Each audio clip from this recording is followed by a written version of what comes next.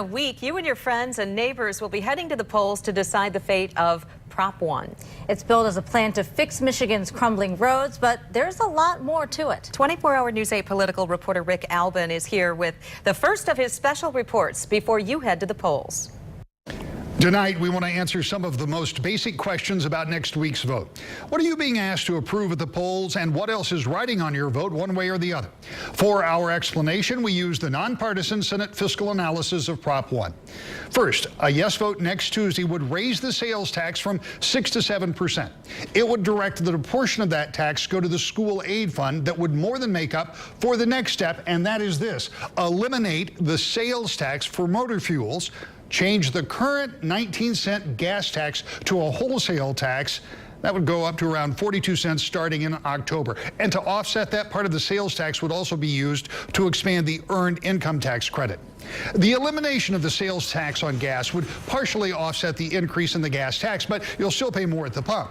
The difference is, under this proposal, is that all of the taxes at the pump would go to transportation. Not all to roads, but we'll deal with that formula tomorrow night. Under this deal, the school aid fund would gain about $300 million, revenue sharing about $100 million, and after the first year, another $16 million would go into the general fund. But what about roads? This is about roads, right? Well, according to the Senate analysis, there would be approximately $1.3 billion in new revenue. That's a 25% increase. At the same time, warranties and competitive bidding would be expanded. Registration for cars would no longer go down as they get older, and taxes would go up for vehicles 8,000 pounds or more. Registration fees for electric vehicles would go up too. That's not all. There would be $40 million for school aid at-risk programs, and the list goes on and on. The entire list of changes, the revenue estimates, and the analysis from the Senate Fiscal Agency is available now at woodtv.com. So, since this all started with the idea of fixing roads, where would the money for transportation really go? We'll answer that and more of your questions tomorrow at 6.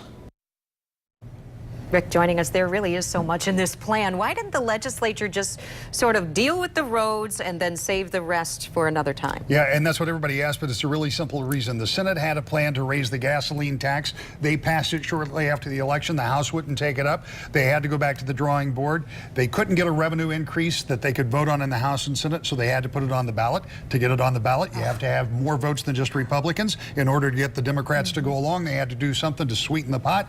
And so you come up with additional funds to do additional things, to get additional votes, to get it on the ballot. Wow. And so that's where we are next week. Right. And tomorrow we'll tell you why, even at that, all of that money that would be raised, the almost $1.3 billion, not all of that goes to roads. Yeah, something you really need to read up on and do your homework before you go vote on it. Yeah, but don't read too much. I have a headache. I can only imagine. We have all those reports for everybody, right? There you go. Okay, Rick, thank you.